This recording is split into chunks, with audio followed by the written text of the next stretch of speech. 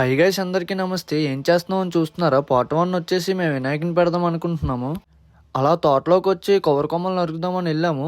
మా కుర్రోళ్ళు ఎవరో పని చేయట్లేదని చెప్పి తాత చాలా కష్టపడుతున్నాడు కొబ్బరి కొమ్మలు నరుకుతూ.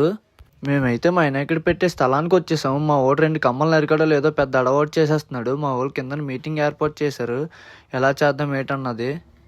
మేమైతే మొత్తానికి నరికేసిన కమ్మలన్నీ గుడి దగ్గరికి పట్టుకొని వెళ్తున్నాము. మా వాడు 2 కమ్మలు తెస్తున్నాడో లేదో పెద్ద అడవోటు చేసేస్తున్నాడు వెనకాల. ఇంక మొత్తానికైతే రాట్ల పాతడానికి గొయ్యలు తీస్తున్నాము. మా నోడికి ఇంక 24 గంటలు పని ఉంటుందో లేదో తెలియదు, అలా గోర్లు కొరుకుతూనే ఉంటాడు. ఇంకా మా వాళ్ళందరూ గొయ్యలు తీస్తే మా వాడేదో స్టేజ్ ఎక్కి అడవోటు చేస్తున్నాడు. అక్కడ మా వాడు ఉండి మీద నుంచి సొల్లు చెప్తున్నాడు వీళ్ళందరూ గొయ్యలు తీస్తే.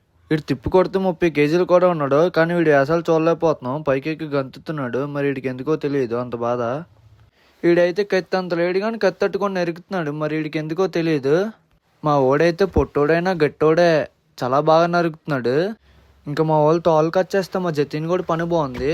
ఆడు ఏ రోజు చేయలేని అంజు ఈరోజు చేస్తున్నాడు వాళ్ళ నాన్నతోని. వాళ్ళ నాన్న తోలు నడుకుతుంటే వాడు ఆ కాళ్ళ మధ్యలోంచి ఈ కాళ్ళ మధ్యలోకి దూరుతున్నాడు. పాప ఇందాక నుంచి చూస్తున్నాను, మా పొట్టి సాయిగోడిని అందమానికి ఎక్కించి చిందమానికి ఎక్కించి కట్టించేస్తున్నారు. వాడు పడిపోతాడో లేదని కూడా తెలియదు. వాడు ఎక్కి విన్యాసాలు చేస్తున్నాడు మీదకి ఎక్కి. మనం ఏదో మోస్తున్నారు కానీ అదేదో 100 కేజీలు బరువు ఉన్నట్టు ఫీల్ అయిపోతున్నారు. మనోడైతే ఇంక మీద ఉన్నవాడిని కర్రతో గలుకుతున్నాడు. మన వాళ్ళు చేసే పనికైతే ఆస్కర్ అవార్డు ఇవ్వచ్చు వాళ్ళిద్దరికి. చెప్పాను కదా మా సాయిగోడు పొట్టోడైనా గట్టోడని. చాలా వరకు అయితే మా గుడి పనులు అయితే చాలా వరకు అయిపోయాయి. ఇంకా తారపాలు అవి వేయడమే ఉంది మా గుడికి. వాళ్ళు గుడి కడుతుంటే ఇక్కడ వాళ్ళకి సొల్లు చెప్తున్నారు వీళ్ళు. సరే, ఇంకా నెక్స్ట్ వీడియోలో కలుద్దాం. వీడియో బాగుంటే కామెంట్, లైక్, ఫాలో.